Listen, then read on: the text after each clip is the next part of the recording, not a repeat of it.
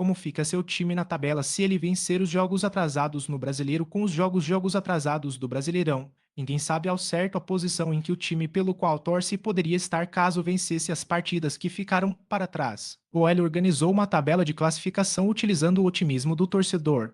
Qual a melhor posição que seu time pode ficar se ganhar todos os jogos atrasados? Confira. Como poderia ficar a tabela do Brasileirão? Para que um clube alcance todas as vitórias que pode, outro time precisa perder. Levando em conta a pontuação máxima de cada clube, a tabela ficaria da seguinte forma: primeiro Botafogo, 43 pontos menos segundo Flamengo, 43 pontos possíveis menos terceiro Fortaleza, 42 pontos possíveis menos quarto Cruzeiro, 41 pontos possíveis menos quinto Palmeiras, 37 pontos menos sexto Internacional, 36 pontos possíveis menos sétimo São Paulo, 35 pontos menos oitavo Atlético PR, 34 pontos possíveis menos nono Atlético MG, 34 pontos possíveis menos décimo Bahia, 32 pontos menos décimo primeiro Red Bull Bragantino, 32 pontos possíveis menos 12º Criciúma, 30 pontos possíveis menos 13º Juventude, 28 pontos possíveis menos 14º Vasco, 27 pontos possíveis menos 15º Grêmio, 27 pontos possíveis menos 16º Fluminense, 23 pontos possíveis menos 17º Cuiabá, 23 pontos possíveis menos 18º Vitória, 21 pontos menos 19º Corinthians, 20 pontos menos 20º Atlético GO,